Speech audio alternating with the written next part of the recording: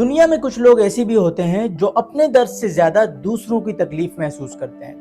وہ جیتے ہیں دوسروں کے لیے اور تاریخ انہیں صرف نام نہیں مثال بنا دیتی ہے. 11 فروری 1990 شام 4:12 جنوبی افریقہ وکٹر ورسٹل جیل سے ایک شخص باہر نکلتا ہے. ہاتھ میں اہلیہ وینی کا ہاتھ، چہرے پر عزم اور دل میں پوری قوم کی امید ہے.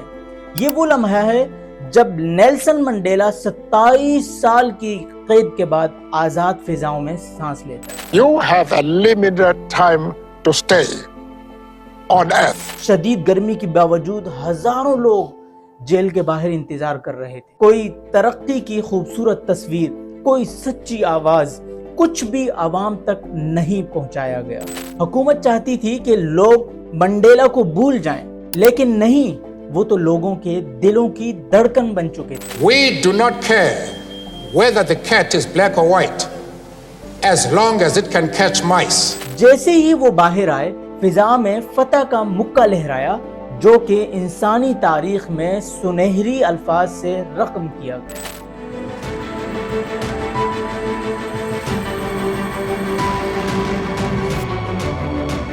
منڈیلا کی زندگی صرف ایک شخص کی کہانی نہیں، یہ نسلی امتیاز کے خلاف ایک تحریک، ایک مزاحمت اور ایک نظریے کی داستان ہے. But humility is one of the most important qualities which you must have.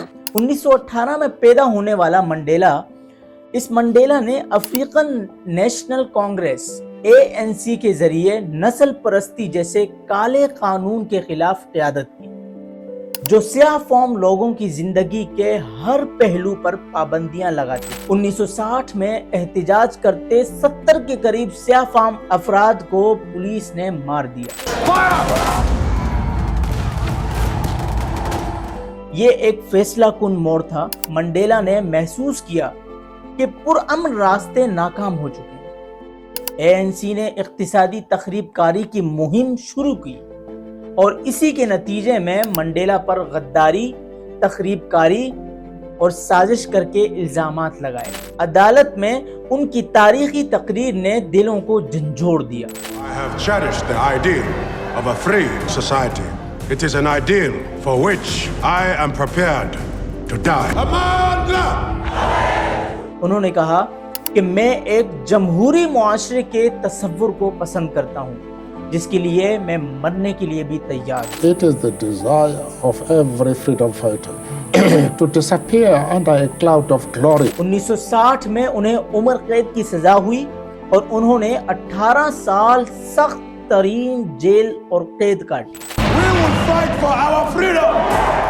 چونے کے پتھر کی کھدائی، سال میں صرف ایک مختصر ملاقات کی اجازت، والدہ اور بیٹی کی وفات پر رسومات کی اجازت نہ ملنا، سب کچھ برداشت کیا، مگر حق کی بولی بولنا نہ چھوڑی.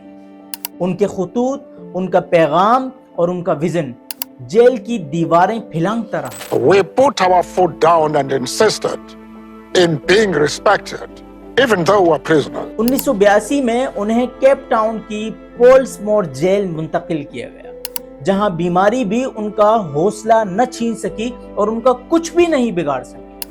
حکومت نے کئی بار رہائی کی پیشکش کی، مگر وہ ہر بار اسی شرط پر ڈٹے رہے کہ آزادی تو بغیر شرط. You must fight the battle for dignity on the very first day you go to jail. Really? And that's what we did. 1990 میں صدر FWD کلرک نے ANC پر لگائی گئی پابندی ہٹائی اور منڈیلا کی غیر مشروط رہائی کا اعلان کر دیا.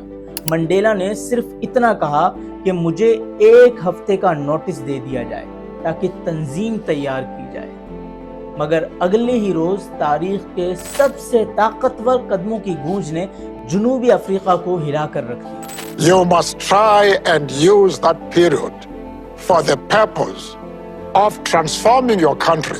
منڈیلا آزاد ہوئے، مگر ان کا اصل سفر تب شروع ہوا جب 3 سال بعد وہ جنوبی افریقہ کے پہلے سیاہ فام جمہوری صدر بنے. And never again shall it be that this beautiful land will again experience the oppression, off one by another. انہوں نے معاف کیا, جوڑنے کی کوشش کی, دنیا کو بتایا کہ حوصلہ, اخلاق, اتحاد سب سے بڑی طاقت. یہ صرف ایک رہائی نہیں تھی, یہ دنیا کو یاد دلانے والی صدا تھی کہ قید خانے, ظلم اور وقت فکر کو کبھی بھی قید نہیں کر سکتے. I stand here before you not as a prophet,